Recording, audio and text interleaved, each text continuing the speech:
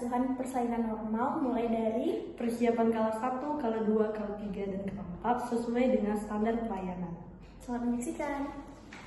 Langkah pertama, di sini kami melakukan persiapan instrumen dan medikamentosa yang diperlukan untuk persalinan normal. Langkah kedua, saya menyiapkan perlengkapan ibu dan bayi termasuk kain bersih, handuk bayi, sarung tangan, steril, dan alat resusitasi bila diperlukan. Langkah ketiga, kami sudah mempersiapkan diri sebagai penolong dengan mencuci tangan dan memakai hand steril, juga dengan memakai pelindung diri. Langkah keempat, di sini kita akan mengenali fase laten dan fase aktif kala 1 persalinan. Fase laten ditandai dengan pembukaan serviks kurang dari 6 cm, sedangkan fase aktif dimulai dari pembukaan 6 cm sampai pembukaan lengkap.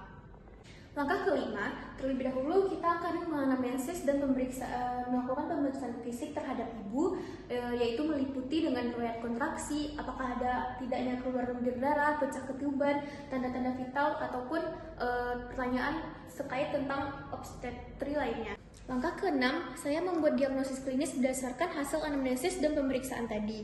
Langkah ketujuh, saya akan melakukan pemantauan kemajuan persalinan, kondisi ibu dan janin menggunakan patograf serta pemantauan denyut jantung janin secara berkala. Langkah kedelapan, saya mengenali gejala kala 2 persalinan, yaitu adanya dorongan meneran, tekanan pada rektum, peritoneum menonjol, pulpa terbuka, ada kepala janin tampak di introitus vagina. Langkah ke-9, saya memastikan tanda kala 2 melalui pemeriksaan dalam, yaitu pembukaan serviks lengkap 10 cm. Langkah ke-10, saya tetap memantau kemajuan persalinan serta kondisi ibu dan janin.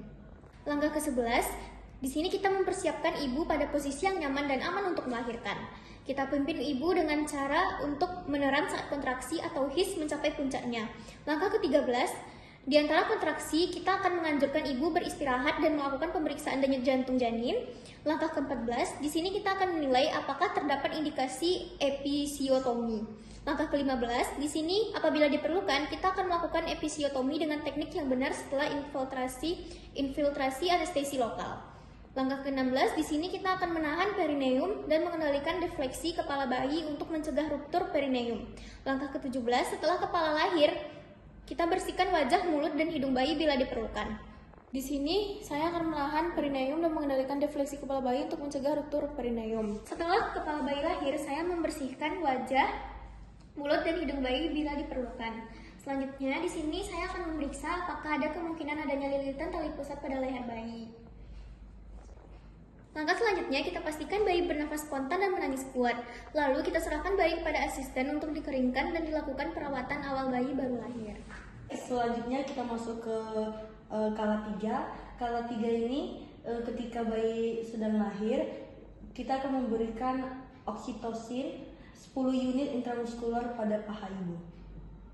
Lalu selanjutnya saya akan menjepit dan memotong tali pusat menggunakan teknik steril. Lalu saya mengenali tanda-tanda pelepasan dari plasenta dengan uterus yang mengeras, funusnya naik, dan terjadi semburan darah mendadak. Dan saya juga sebelumnya saya melakukan peregangan tali pusat yang terkendali. Selanjutnya saya akan meminta ibu untuk mengedan untuk membantu pengeluaran dari plasenta. Lalu selanjutnya saya akan membantu melahirkan plasenta dengan teknik yang benar. Lalu saya akan memeriksa kelengkapan dari plasenta dari selaput ketubannya untuk memastikan tidak ada bagian yang tertinggal. Lalu saya akan melakukan dari massase siklus uteri untuk memastikan uterusnya ini berkontraksi dengan baik dan mencegah perdarahan dari postpartum. Selanjutnya untuk kala 4 kita akan melakukan pemantauan dimulai dari pemantauan tanda-tanda vital dan dari kontraksi si uterusnya. Lalu kita akan melakukan pemantauan juga terhadap dari perdarahan dari si ibu. Lalu kita mengetahui juga komplikasi atau penyulit pada kala 4.